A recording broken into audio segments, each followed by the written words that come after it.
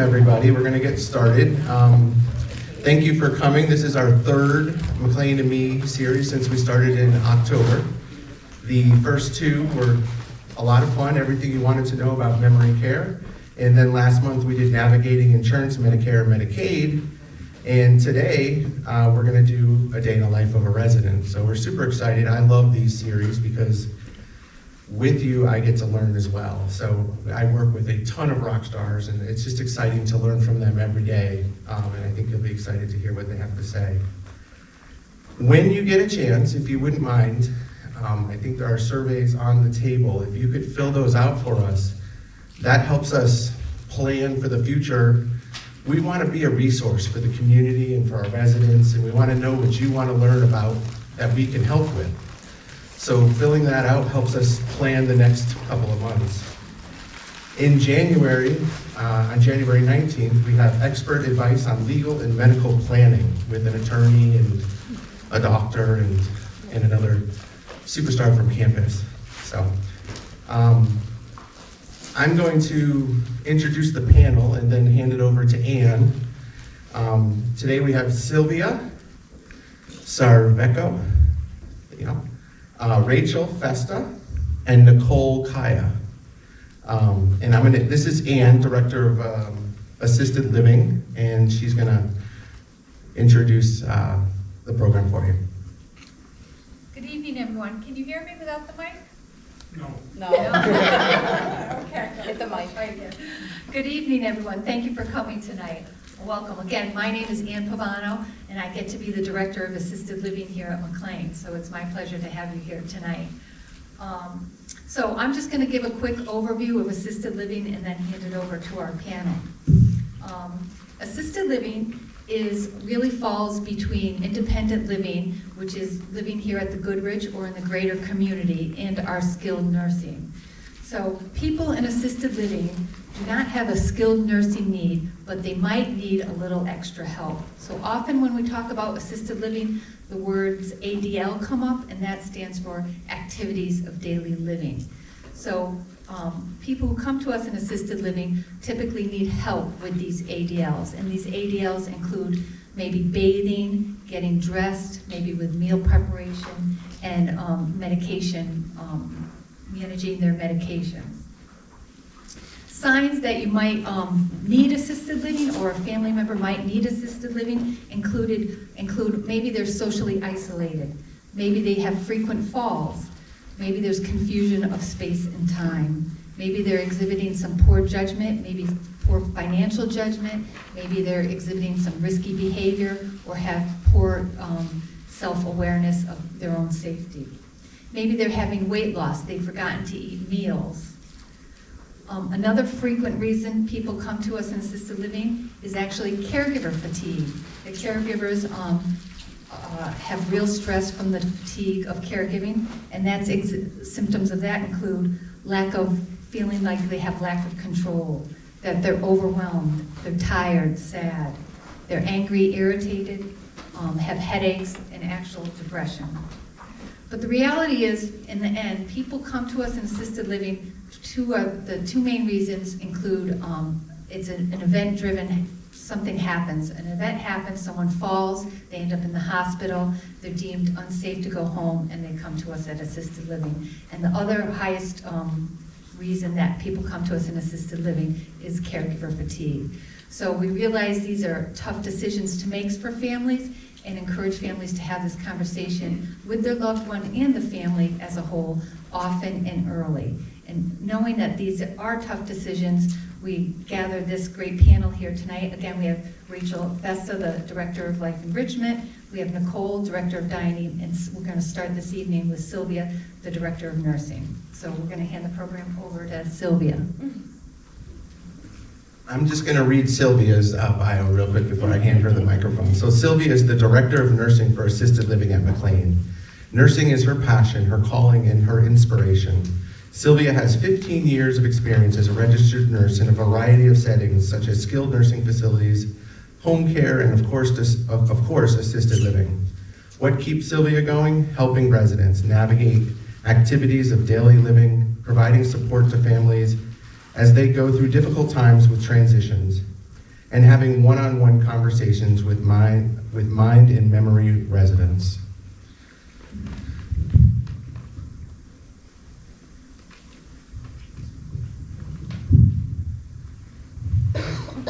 One.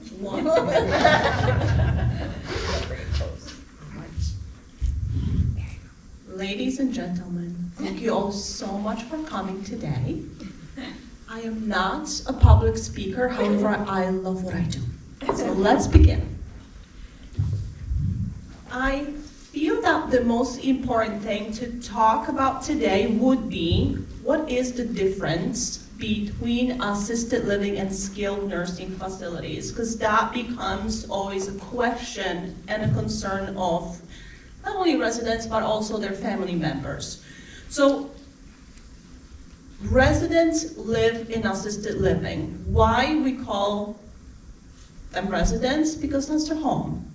They're there to stay. There's no other goal. We are here to provide the safest care possible.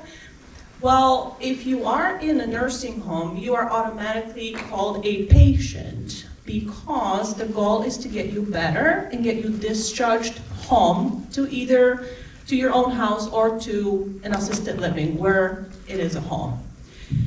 Purpose of assisted living is to assist the residents to live happy and fulfilled life while taking their current or oncoming limitations under consideration. And what do I mean by that? The word assisted living is just so. We will assist you with your activities of daily living. We will pre-pour your medications for you, and that will be an assistance so you can still live your life and do your own thing.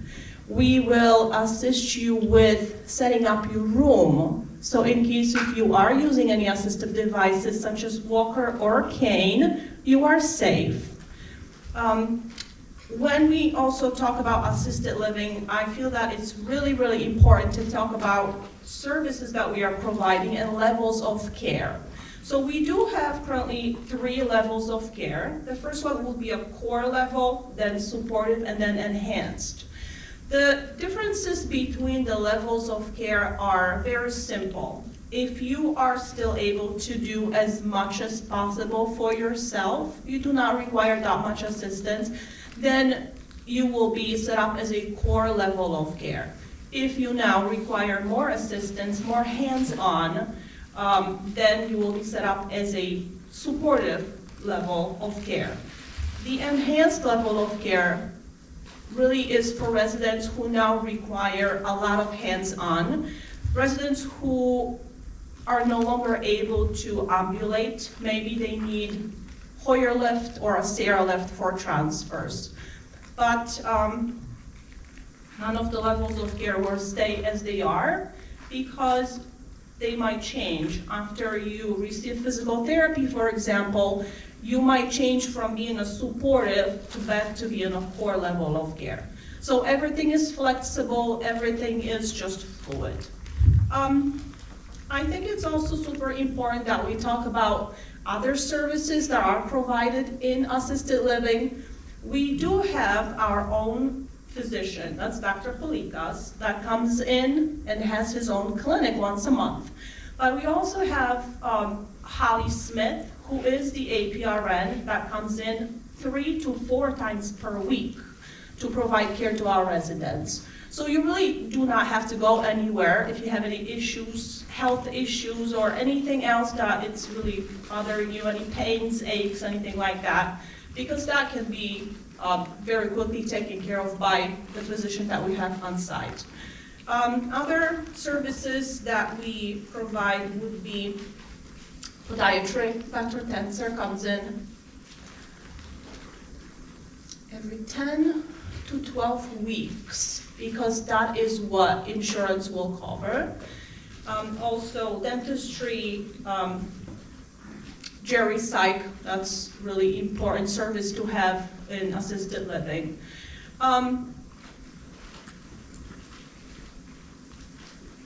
Assisted living is place for someone that is looking for a home.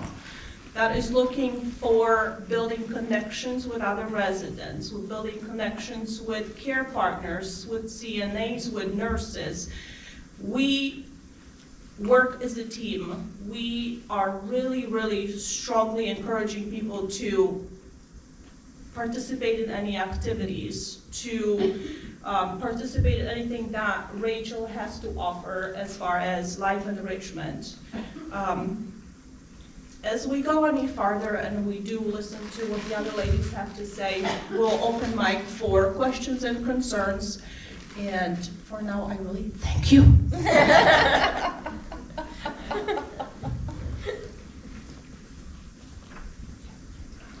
Okay. Thank you, Sylvia.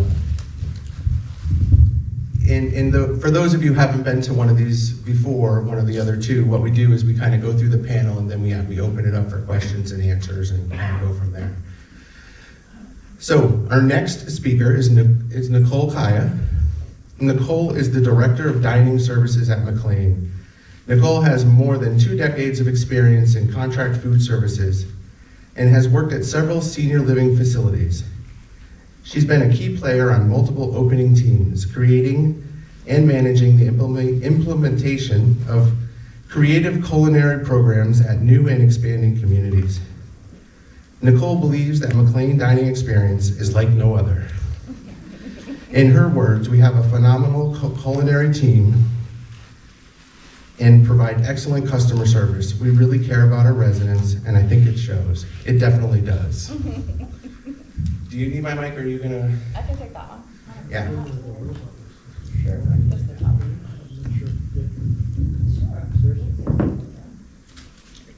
You wanna hold it? Or?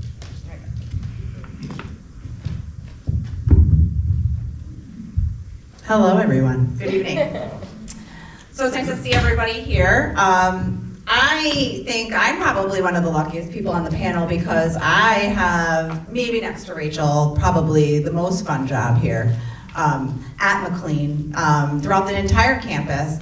And I'm lucky to be able to experience all the levels of care and try to provide the best dining experience for everybody in every level of care that we do provide here.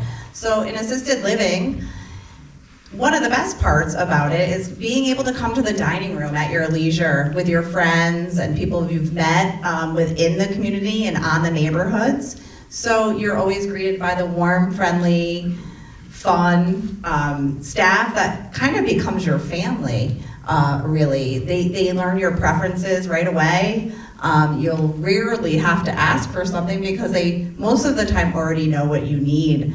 And that's kind of one of the things that I'm most proud of and is most important to me, is that we treat all of our residents as if it's their home, and we offer a lot of choices and variety as well.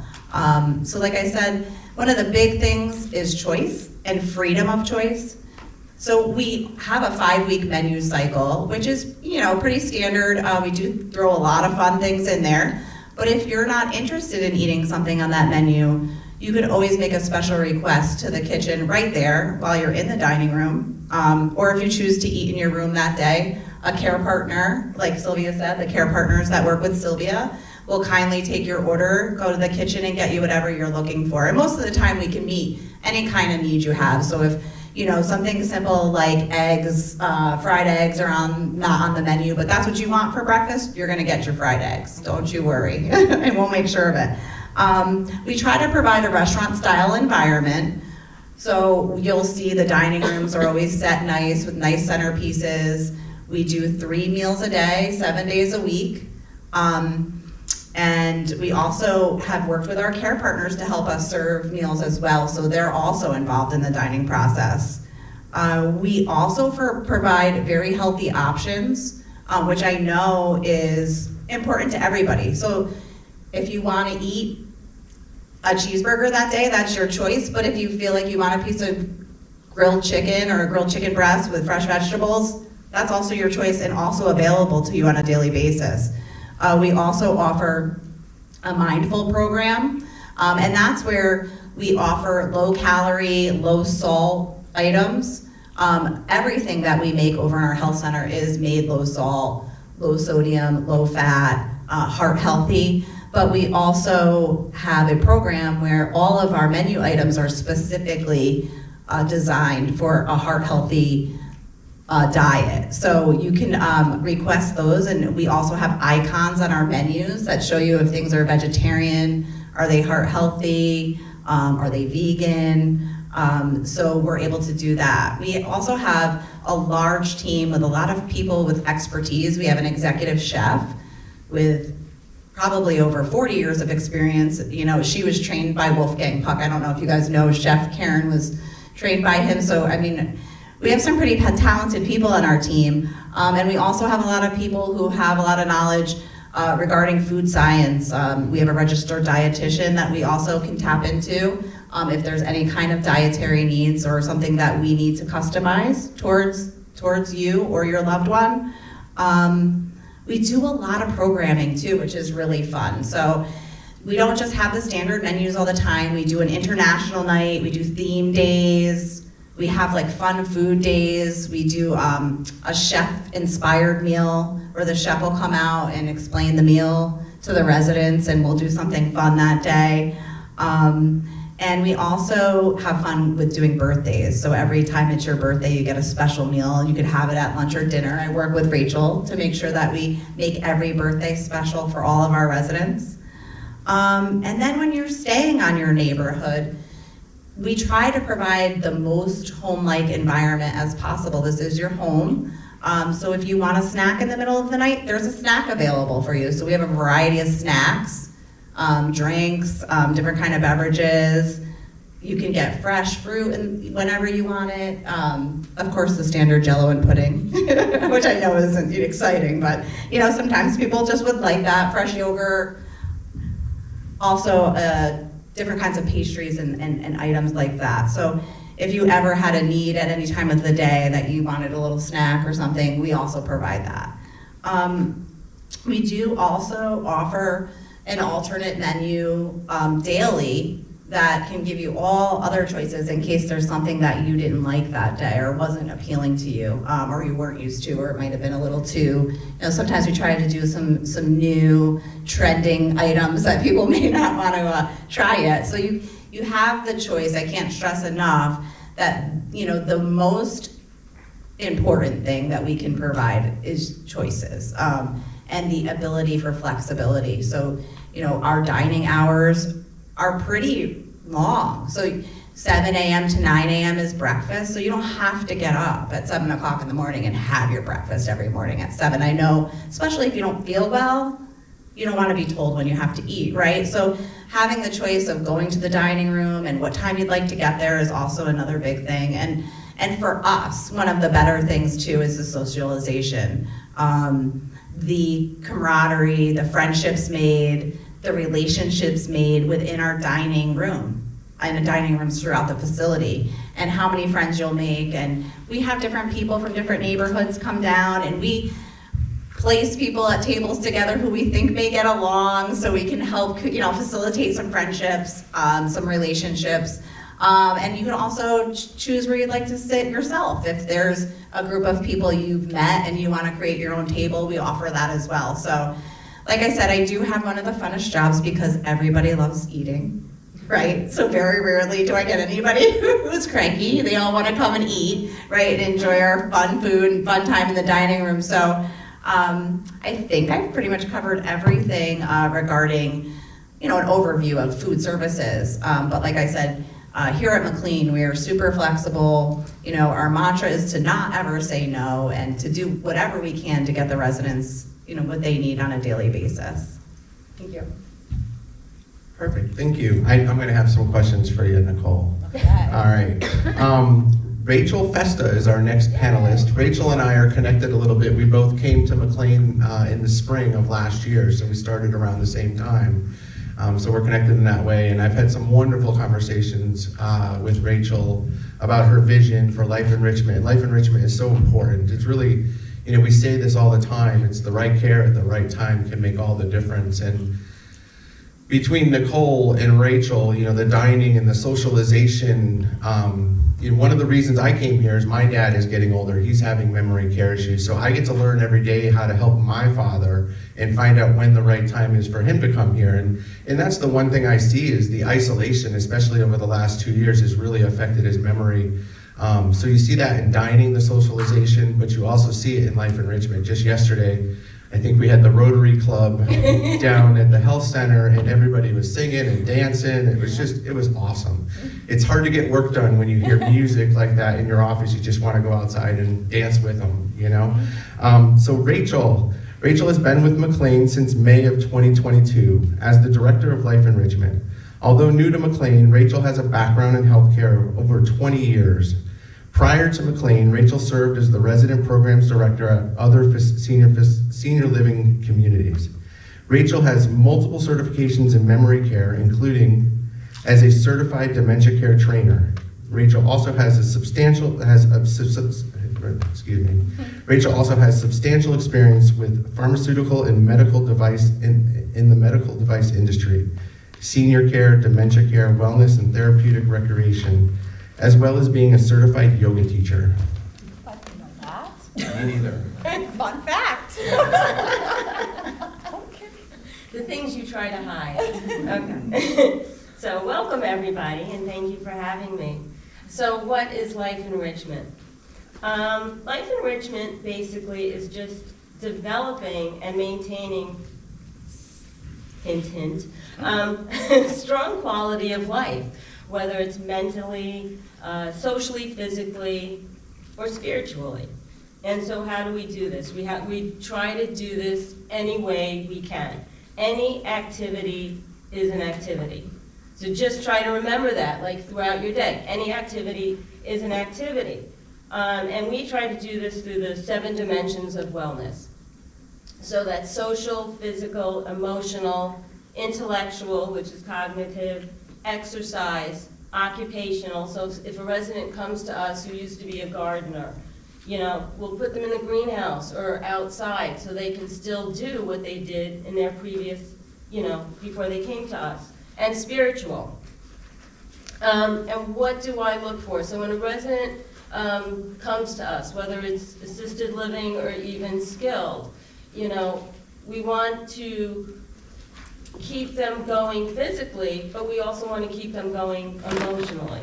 Because we could all be in a room full of people, but you could still feel that loneliness and helplessness and that boredom, right? So emotionally, we want to keep people going, and through those 7 dimensions of wellness, we want to keep them going. How do we keep people engaged?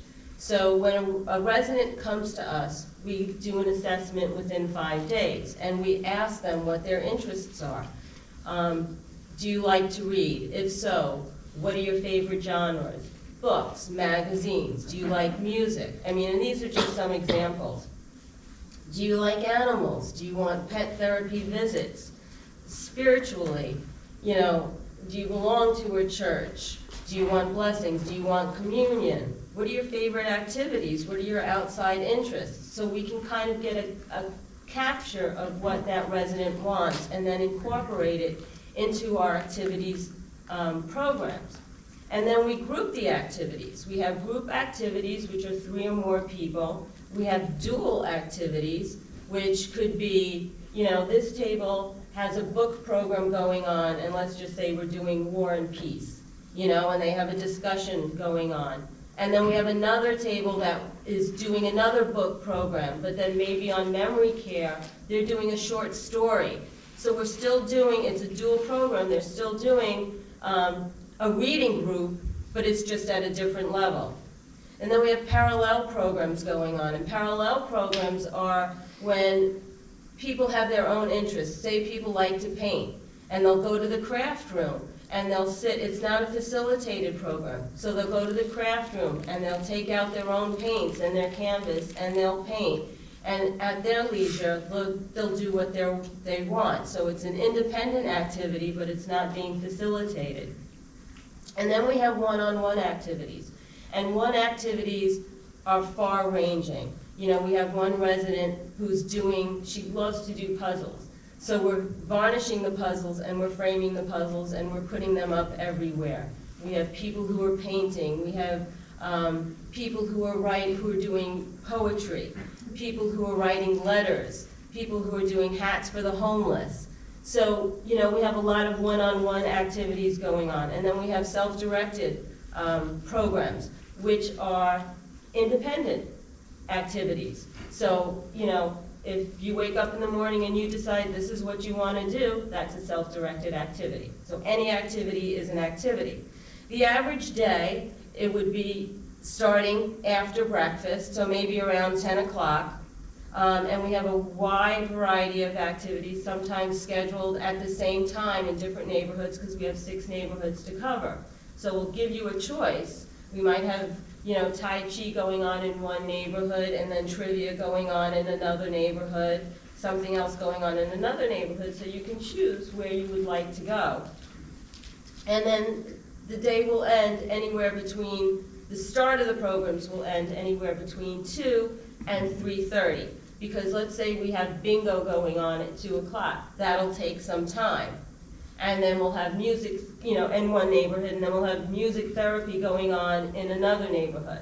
So all the programs will end by 4 o'clock, maybe 4:30, in time for dinner. Right. So, so it is a full day. Some of the programs that we're currently utilizing is post-crossing. So I put a little board up here. Post-crossing, so we have residents that are sending postcards internationally. So it's like pen pals, but they're postcards internationally.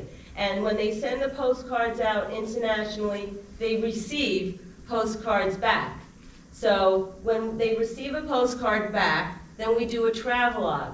You know, where's the postcard coming from? We have postcards from Ukraine, and we do, you know, a little story about Ukraine, Japan, Amsterdam. So we did a little travelogue on Amsterdam, like why are the houses so thin? It's because the wider the house, the more taxes you have to pay.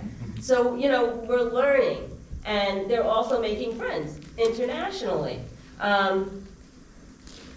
Poetry, as I said, ceramics.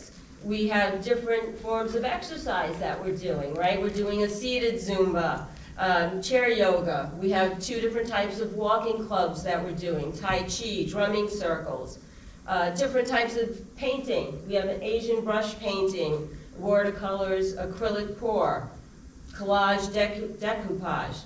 We have a kazoo band, okay? We do have a kazoo band, and it's a lot of fun. And for those who don't want to play the kazoo, we have a singing group that goes along with it. And for those who don't want to sing, we have ones who want to play the instruments. So we have a full philharmonic band going. We have a knitting and crocheting club, spiritual. We have rosary, we have faith and friends. You know, it's about gratefulness and kindness. We have clergy visits. We have a Sorensen Media Center, so for technology enthusiasts.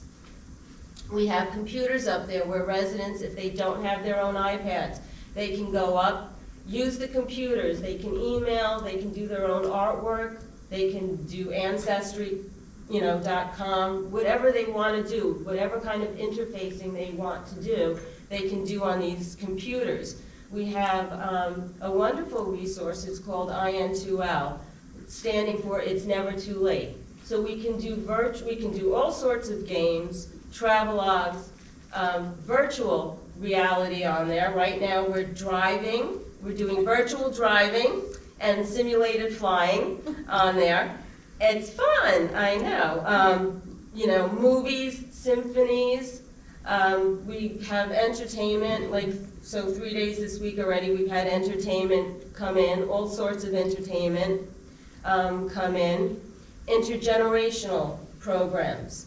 So we've had high school, 2 high school girls who played, they're Celtic fiddlers, and they're utterly fantastic. They really are. We've had a brownie troupe come in to deliver cards, holiday cards. Next week we have a grandson of one of our residents coming in for a jazz duo. The community gets involved. We had church volunteers come in and do a nail salon day for the residents. We had the Simsbury Town Clerk come in and help with voting, so the residents who wanted to vote could vote. So, you know, it truly is their home, and they're still getting to do whatever it is that they wanted to do. They want to vote, they can still vote. Something that's very important to our residents, with Nicole's help, Jolly Trolley. Every month we do a Jolly Trolley, which is, for those residents that it applies, is alcohol or non-alcohol and appetizers. And we go around to every neighborhood and we deliver the goods. And trust me, they let us know that we're 10 minutes late. We do a murder mystery series. You know, we brought in magicians. So we have a resident council every month. So, you know, what's working, what's not working, what more do you want to see? Games, pet therapy. Yes, we did bring in a pig, pork chop, Pork the pig. Pork I chop. loved pork chop. We have a men's group. We also have the Red Hat Society for the women. So those are just some examples of the things that we're doing. And so we do have, you know, modifications for our residents, dexterity issues. If, you know, for painting or holding a brush, some simple adaptations. You can get the foam hair rollers, cut it, slide it on, and now it's something it's easier to hold. One thing we're working on right now, we've had 2 stroke victims who used to knit and crochet, and they loved to knit and crochet. So we've made a block of wood and put holes in the blocks of wood for the different size needles, and got a clamp, clamped it to the table, so now they can crochet. So again, you know, still bringing back that quality of life to the residents. You know, slanted surfaces to make it a little bit easier to do something. Just get a binder. You don't have to get anything that's so intricate and complicated. Just get a binder, put the binder on the lap, and it makes it a little bit easier to draw. If you want to play cards, get just a little card holder, you know, a resident can play cards. There's so many little adaptations and modifications that we make. PVC pipe, and you can hold something down. I mean, you know, I could talk all day about the modifications that we make, but, you know, taping things down, again, for those, you know, people who've had strokes and they can still paint. So, you know, again, for life enrichment, it's really about just whatever you're doing now, you're going to just keep doing it. Whatever ideas you have, just bring them over and keep going. There's nothing that, you know, will make it work, because everybody's doing the same thing that they've been doing. They have an idea and they want to keep going with it, you know. They're dancing for entertainment. And the Rotary Club was the guy who sold my Subaru to me and the guy I'm paying my State Farm insurance to. So, and the bikes, the adaptive bikes. Thank you, Nicole. We have adaptive bikes that would, so we have 2 adaptive bikes that you can, one a wheelchair will fit on, and the other one you just take around. One drives, one sits. They both pedal, but you don't have to. And, you know, you can drive around the campus. So I don't know, what else am I leaving out? I can't, you know, it's a lot. And I do have handouts if you want to see what the 7 dimensions of wellness are.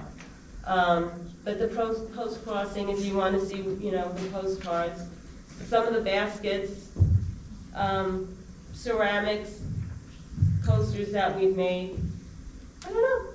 Time for questions. I'm going to call an audible real quick. Before we get to questions and answers, I just wanted Ann to talk about, again, you know, this McLean and Me series is being, trying to be a resource for the community. And one of the things that we do that wasn't really on the program, but I wanted everybody to know about, are some of the volunteer groups that we have and community groups. So I'm going to let Ann talk about that.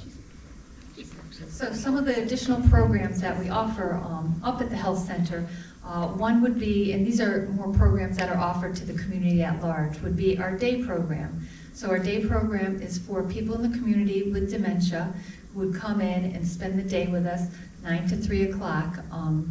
And we offer, they are integrated into Rachel's program of life enrichment, so they could participate in whatever they see that for the day, or our coordinator for our day program decides she'd rather do something else with them. So it's a great program, it's a great asset to the caregivers in the community, and we love to be able to offer that. And that's, again, a program for those with dementia in the community. So that's a great service that we offer. There is a cost for that, but it's still a great program and service that we offer to the community at large. Additionally, we have caregiver support groups that we offer through the health center for caregivers of those with dementia. We offer a community cafe to those in the community. That's for people in the community, again, with dementia and their caregivers to come at a social engagement group, and we offer that once a month at the health center. So that's a great program, again, that we offer to the community. And our third is our GAP group. So GAP stands for Giving Alzheimer's Purpose, and it's a support group for those with dementia. The GAP group and the Community Cafe are supported by the Alzheimer's Association. So the GAP group, there's I think 90 support groups, caregiver support groups in the state for caregivers, but there's only 8 support groups for those with dementia in the state. And prior to COVID, we were running 2 of those groups. So we were very successful with our program, our GAP group program. So that's a very special program that we offer, again, to the community. Thank you. Okay, now I will open it up for questions, and I will try, what I'm going to do is I'm going to try to hear the question and then repeat it just in case everybody didn't hear it. So I got the. There was talk about assisted living, and there are all these lovely apartments. And how does assisted living fit into the apartments? Okay, so the question is, there's a bunch of apartments, and how does assisted living fit into that picture, correct? Yeah. Apartments. Yeah, the neighborhood. Assisted living has 3 different neighborhoods. We have Robinson, Abernathy, and Atwater. Atwater is our mind and memory unit. It's a locked unit. So Robinson usually has residents who are alert and oriented, can do a majority of things for themselves, by themselves. There are different sizes of rooms. Marketing will be more than happy to discuss that. And then our Abernathy is a unit in between mind and memory and Robinson.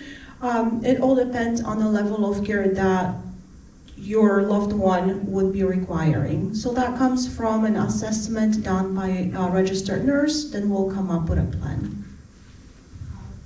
Again, do they have anything to do with the apartments, and where are these neighborhoods?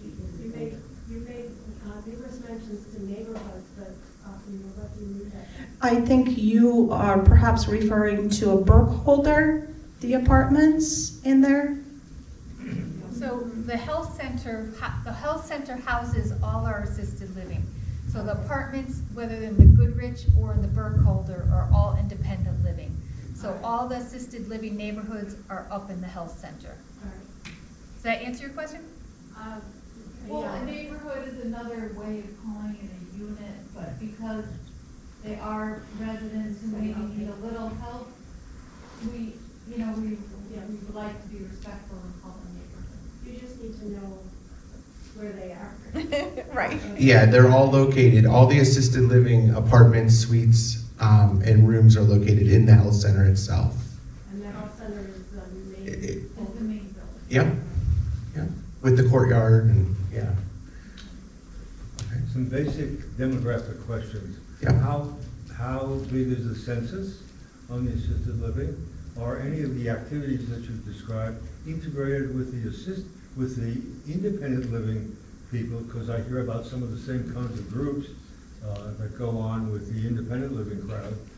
So are these separate and distinct from that population, or are they intermingled? And the last question has to do with the bedroom or sleeping arrangements.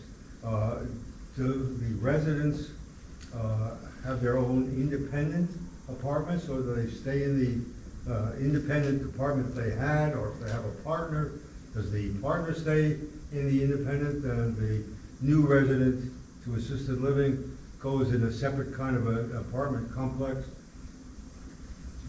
Sylvia, why don't we start with you in the Yeah. census? What kind of numbers are we talking about at assisted living? And then we'll all kind of try to fill in. And then You had a keep lot of answering. great questions. Yes. So as far as the census go, Robinson can house up to 30 residents. Each resident has its own private apartment, but we do have suites that 2 residents can live together as a husband and wife, or whichever arrangements. The same setup is also on Atwater and on Abernathy. And census on Abernathy are up to 23 residents, and for Atwater we currently have about 15 and capacity for 23. And every apartment or room has its own bathroom and shower. Yeah. And so that was the first question. What Yeah. you had more. I know there was the independent or the spouse, right? So there is no one, that's the great thing about McLean, there's no one size fits all, right? So we work with families, and we have cases where we have a spouse that's in the health center and then one in independent living in an apartment. We have scenarios where we have an independent person and an assisted living person both living together in the health center. And then Some of this is dependent upon insurance and funds available, I assume, in terms of long-term care and... I'm going to be careful in answering this because I'm not a clinician, but I think it's all driven, and I'm going to hand it over to Sylvia, but it's all driven by level of care and level of need. Yeah. What we want to make sure that we're providing the best possible care, right? So that you can live your best life. So it's one of the common phenomena amongst the elderly, including all of us, is self-determination. So do you have a mandatory annual, semi-annual evaluation of the resident to determine independently? Otherwise, you'll run into people like me who say, I can do it. I can do it. All of my residents say, I can do it. So usually we do assessments once every 120 days, just to make sure that the level of care that we came up with in the beginning is about the same, or we need to increase services. Most of the time, when you do move in, the level of care might stay the same for quite a while until something happens, until you fall, until you have a serious condition that needed to be treated. You stayed, let's say, in a hospital or short-term rehab for a while, and now the level of care might change. But if anyone was to move in and live, as I call it, you're gonna live with me. So we will have very close relationship as far as me talking to you on how you're feeling. Are there any issues, any questions, any concerns? Can I help with anything? So we'll, become pretty close friends and then come up with the proper plan of care. But yes, I do have husband and wife residents that do live together. I do have someone living in Burkholder and another person, husband living with me, Robinson. So there are different levels of accommodations that we can definitely do. I think the other question would be for Rachel. Do we integrate this nursing home and the assisted living in terms of activities, and do we integrate independent living activities with the health center? So currently at this time, we don't have like one common monthly schedule, but there's nothing, you know, I can leave you, we do weekly activity schedules, and I can always leave weekly activities, our weekly activity schedule here, so you can always see what's going on in the health center. And if there's something that you want to participate in, you're more than welcome to come over to the health center. But right now, we, you know, the independent, the Goodrich and the health center don't have one common monthly schedule that we integrate all our activities with. The skilled nursing and the assisted living are integrated though at the health center for activities. And I would say prior to COVID, there was a lot more integration between the health center and the village in their activities. A lot of things that we had up there, we would have people from the village come up and participate, but COVID, as we all know, killed that.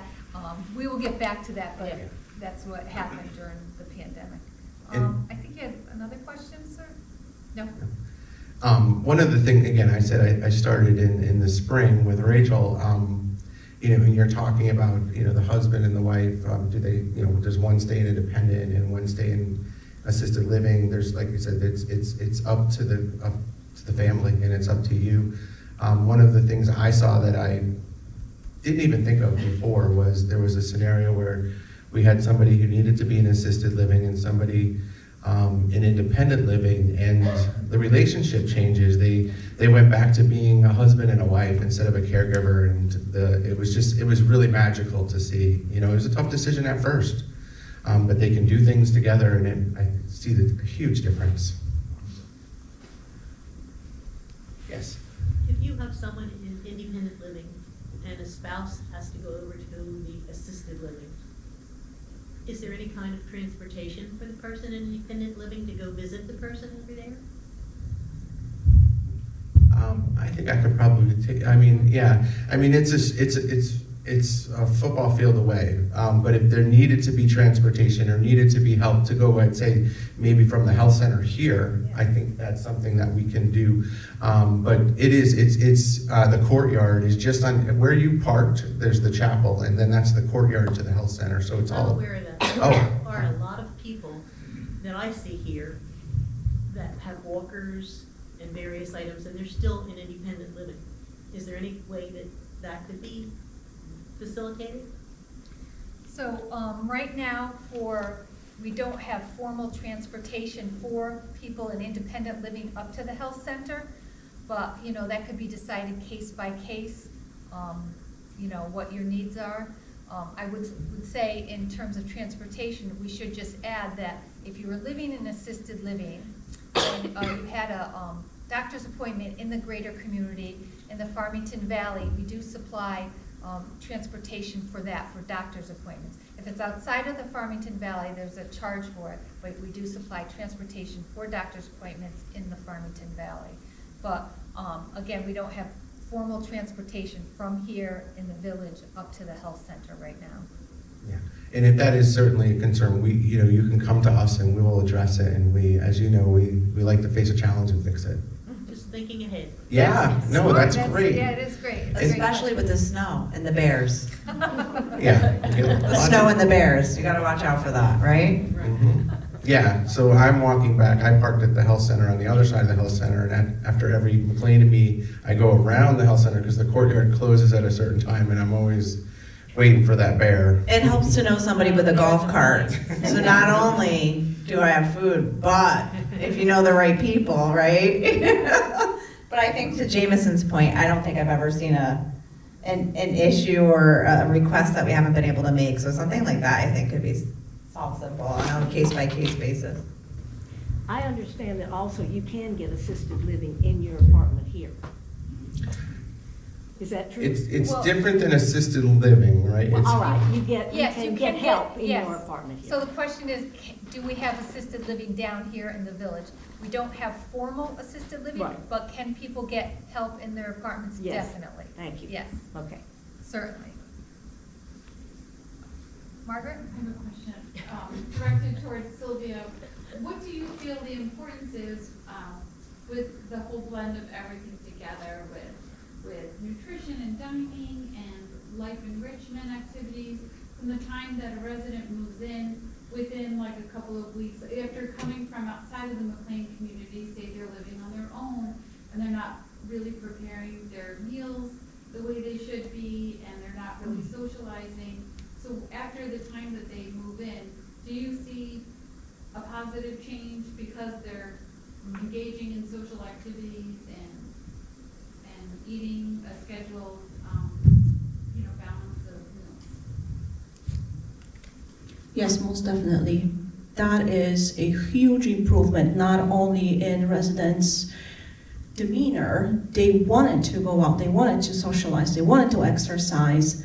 They met someone that they really wanted to talk to, and meals are that time. And meals, breakfast, lunch, and dinner, this is it. If there is someone else that enjoys music, that relationship creates itself even deeper, because now you have someone not only to go for breakfast, lunch, and dinner, but you're going for activities. So that's really awesome to see. Summertime is just perfect because in assisted living, we have a little courtyard that you can just go for little walks. I have residents that would come up and say, so today I did 10 rounds in the morning. I'm going again for another 10. I said, no, because you just had a hip replacement. You need to come down. Just maybe 5 would work this time. It's just lovely. It's just, I literally love what I do. So yes, to answer your question, most definitely changes in everyone's life. I'm just going to add a little story, is that there was a resident in the village who was very socially isolated. We got him up to the health center into assisted living, and it was just, as Sylvia said, it was almost magical to see the transformation, that just a little structure and a little attention to his activities of daily living helped and improved his life. So it was really something to see. And I would say even tonight, Sylvia, just before we got here, we had another resident who, he had a short stay in the hospital, and he came back, and he was literally coming in the door, and all the care partners were, hi, how are you? He was just so happy to be back here. And it turns out his sister just happened to see us all welcoming. He was just so excited to be back, and even said to be back home. So it was really, when it works, it really makes us all just love our job, really. And I'm going to put Nicole on the spot, because we were talking about the summer in the courtyard, and she knows what I'm going to say. So every summer we offer outdoor barbecues. And when I got here, I said, well, we need to do this every week. So we do it every week.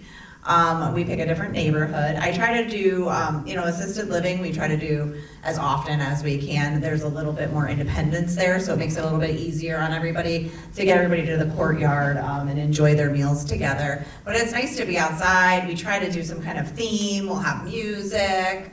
We do hot dogs, hamburgers, and who doesn't love a hot dog or a hamburger right off the grill? And it's kind of their time to cheat a little bit too. So if they have like a heart healthy, I just kind of say, for the day we're gonna have a hot dog or a hamburger and maybe some onion rings and French fries, just to break it up and feel like they had a summer picnic. And just to add to the stories about enhancing the quality of life, I can tell you that I've seen just some really cool inter-resident relationships develop, and them really develop wonderful friends and nice companions that they've had, and it's really neat to watch.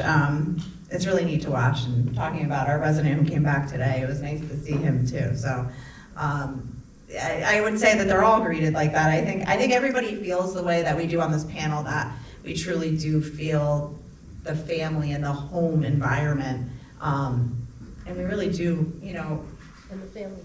yeah, and our families are involved too, and we really do, I treat every resident as if they're part of my family, so it's really wonderful.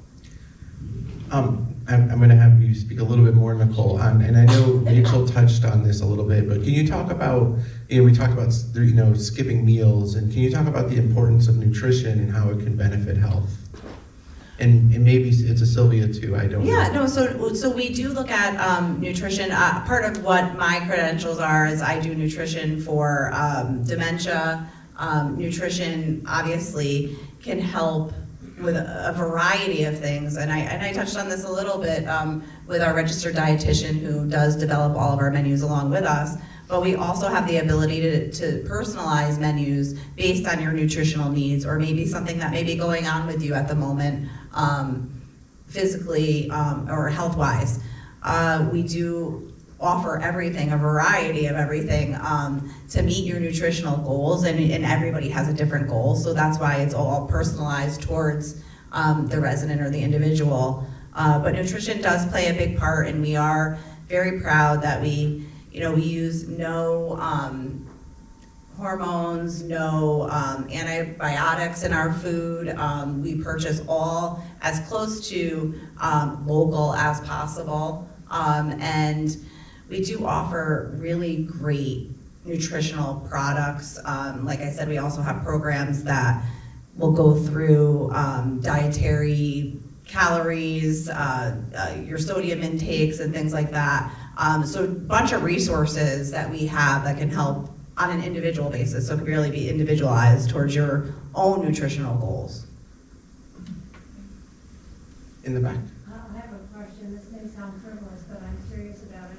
If I wanted cake for breakfast, could I have it? If I wanted cake for breakfast, can I have it? I will bring you cake, and I'll eat. I know I'll have a Nicole piece will. too. You can have whatever you want when you want it, And that's the thing. I'll find you a piece of cake for breakfast. Don't you worry. I'm just concerned that you'll be so concerned about my nutrition that you'll tell me I can't. Well, no, so, and that's when we talk about what is assisted living, right? You're still, able to make those choices for yourself. I can make the recommendation, but I can't, I can say, well, I don't know that cake's the best choice, but if that's what you want, you're gonna have cake. If you're gonna want the cake, I'll give you the cake.